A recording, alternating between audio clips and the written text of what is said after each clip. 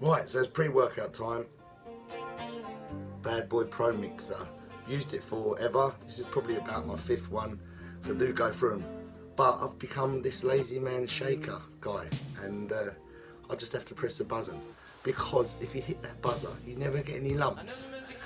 And I've drunk my share of lumps from protein shakes in my time. So we're going to have a pre-workout now. Water. Simple. There's all concoctions out there. That's the best protein shake, or sorry, pre-workout shake.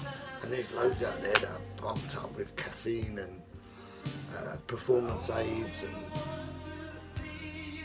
what I found with myself is either regular kind of strong cup of black coffee, maybe 2, plus some aminos and Vitargo, like I've always used Generate Vitargo into training, and that's always a decent workout. I have used some stronger ones in the time, but they tend to either sort of sink or swim me, in that they kind of jack you so much that you can either come crashing down in the workout or not focus well on the workout. The voice is because I'm not feeling well. I've been sick for the last couple of days, but this is what happens on prep, because I know your stomach becomes sensitive to bloody everything, and it probably hits me at least once or twice on a prep that I might throw my guts out and have clear myself out, but at least it shreds you. But that's not the way to do it anyway. So back to my topic.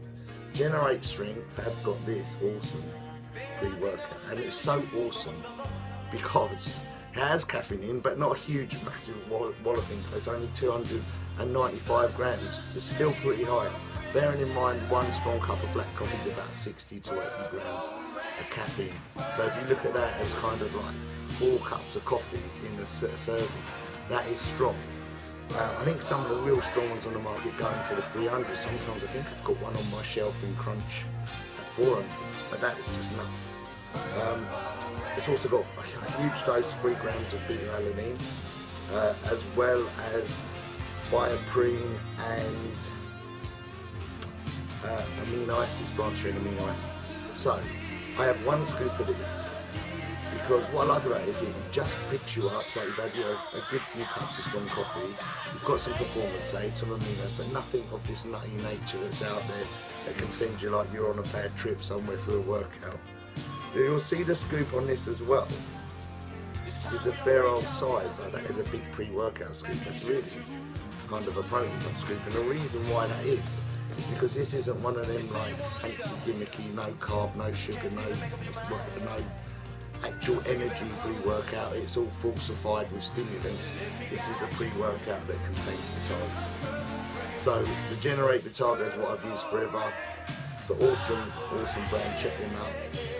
That's got about 20 grams of Vitargo in, and I have that with the aminos that are already in there, as well as the beta-alanine, and that stimulates you. Sometimes I put in an extra 5 grams of creatine into that if I'm feeling like I need some cell volumization. Don't think creatine is like the wonder drug. It was touted about years ago, but I definitely do think it helps with volumizing.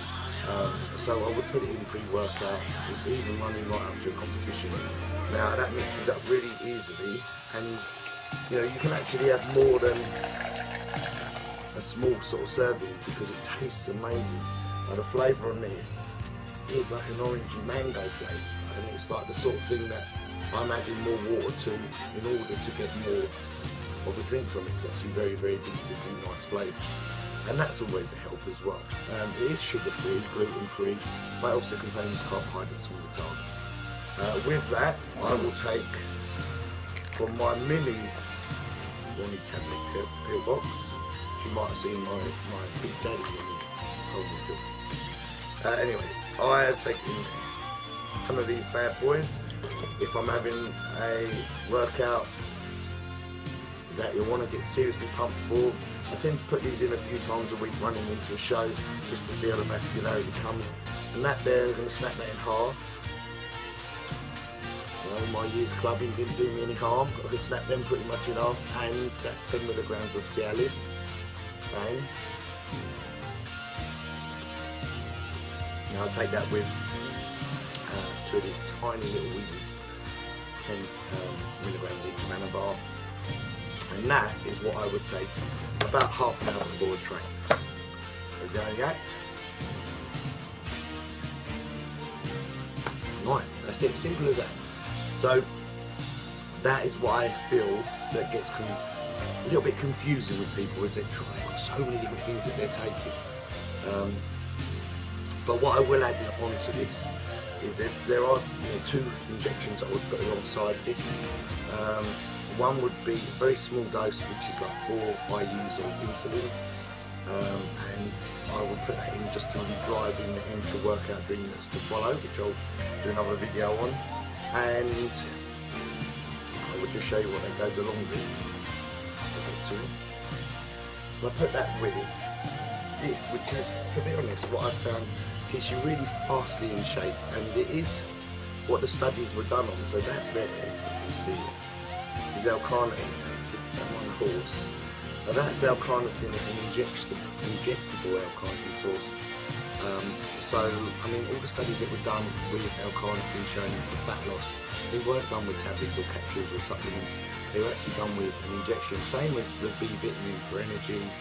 Most B vitamins that people take are a waste of money because they just excrete, out of the system. They basically pee them out. That's why you see orange urine, because they're water soluble and your body can't store a simple B vitamin very well at all. So a lot of the studies that were done on energy and B vitamins and stuff, they were done with injectable B vitamins, because that way it gets into your body, it's not excreted through the system. Same as the L-carnitine, and I would take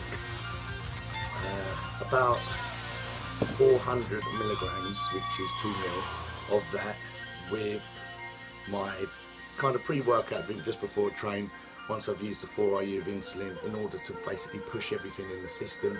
The studies that were done with L-carnitine showed that they did work for fat loss, but they had to have an insulin push in order for that to be present. Now, I actually believe that most amino acids, most of these genic aids that are out there, like creatine, like beta-alanine, like any of them, they work so much better if they've got a transporter. So, with Vitargo, putting in to your intra-workout drink or your pre-workout drink, as I've just done there, you definitely get more out of the supplements that you're putting alongside them. A lot of them are very hard to be uptaken without like an insulin-genic push, and that doesn't have to be by injectable, a synthetic insulin. You can get that reaction from taking, a certain type of carbohydrate. They're normally simple types that will whack your blood sugar up, and therefore your insulin will follow.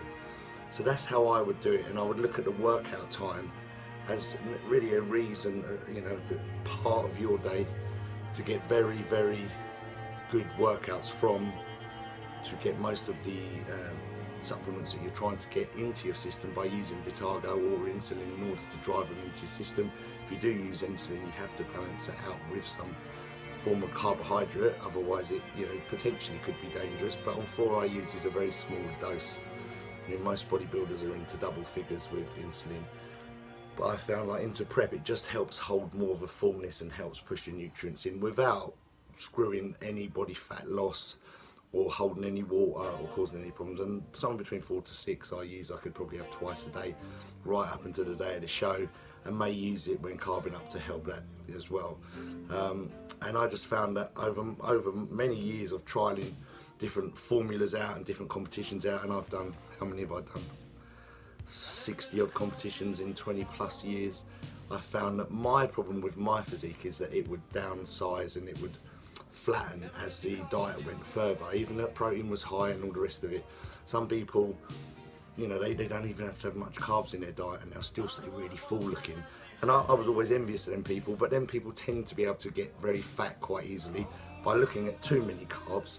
I have to keep carbs pretty high, that insulin anabolic response going quite often through the day in order to keep the muscles full. If I miss a meal, that things would come down. So there's pluses and minuses to everyone's genetics.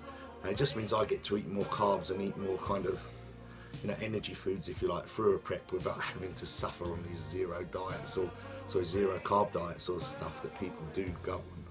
Because if I just take my carbs down fairly low, it kind of has a similar effect.